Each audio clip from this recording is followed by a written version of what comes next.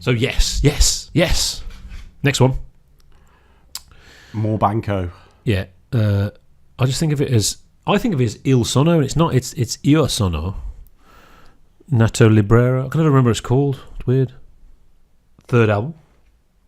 I prefer this to the second album, even though I think Darwin is more famous.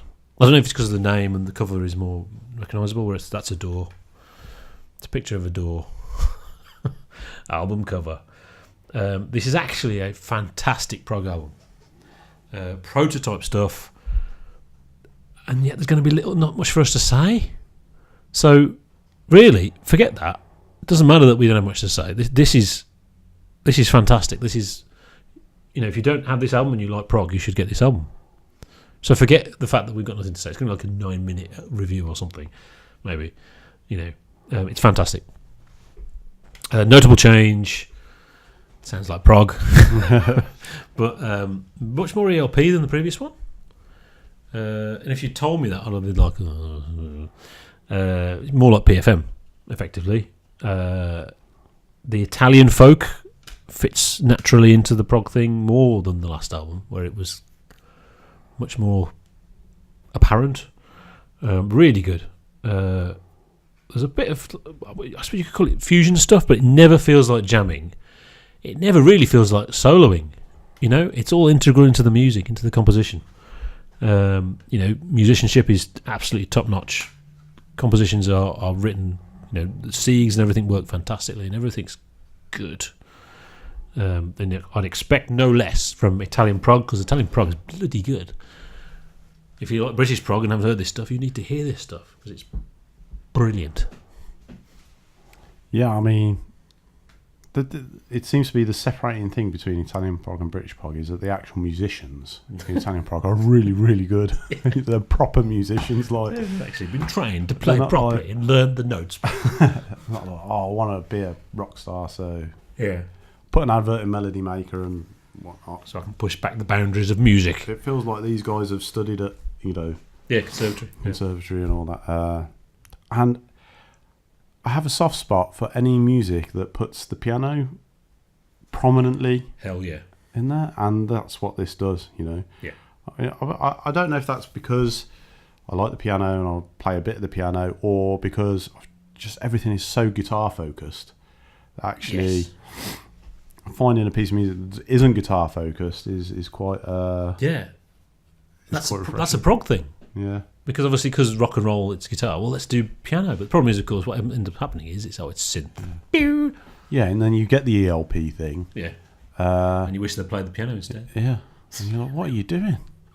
I mean, he wanted to make the piano, the big thing, like a guitarist, and he ended up ruining it. The organ. You should have done more of this. Just play some Italian prog. So yeah, great. I mean, it's. So I would imagine a lot of prog, where the roots of progs in Britain is probably different to the roots of prog in Italy. Yes. So it's a lot more classical focused in Italy, isn't it? They already had that there. Yeah. And then heard Genesis or whatever and thought, I like rock too. Yeah. And I can do this at the same time. Yeah. So yeah, it's really, really good. As you would expect. Don't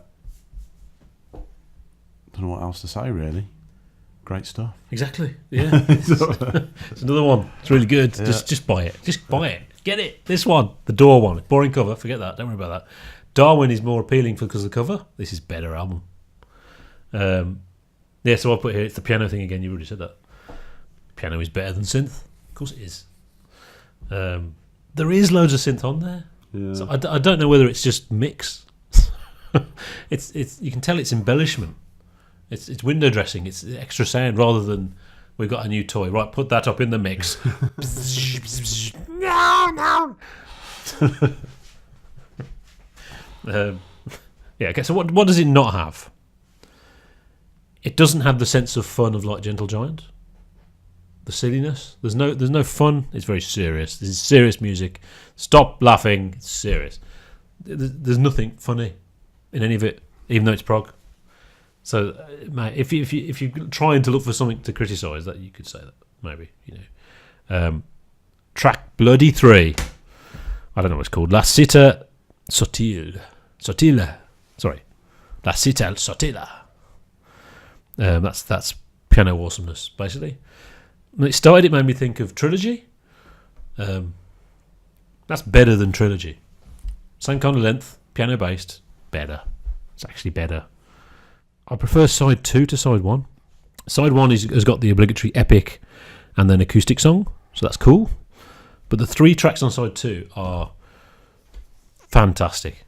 Track 4...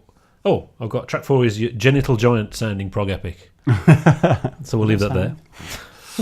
I said there's no genital giant. I mean, what I mean is the some of the sounds they're using.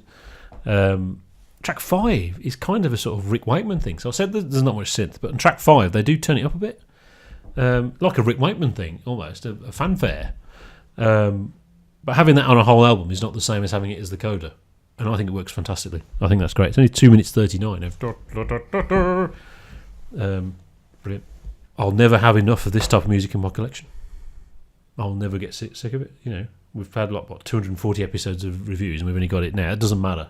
This is near the top with the first PFM and Lark's Tongues and The Lamb and Close to the Edge and etc. Get it. It's 5 eggs. It is a 5-egg album. Yeah. That review's probably about 3 minutes long, Kev. Yeah, sorry. Just buy it. Doesn't matter. It doesn't matter. It's fine. For some reason, they don't feel as good as PFM, though. I don't know what it is. It's all there. That's always there, isn't it? It's funny. PFM is the leading Italian prog. We need to do L'Homme. I was looking at... I've got a Jerry Lucky book, pamphlet, like a little thin book of the progressive rock something. Not progressive rock files. It was like the second one. He listed 60 prog bands. We've done most of them. Some of them are neo-prog. So it's interesting what's on there that we haven't done. L'Homme is one of them, which we'll definitely do. I mean, we haven't done Caravan. Strangely, I don't know why we haven't done Caravan. And I've not bought a Caravan album. So that's a thing. Would we have to do 3 albums of Caravan? I don't know. What to think about that.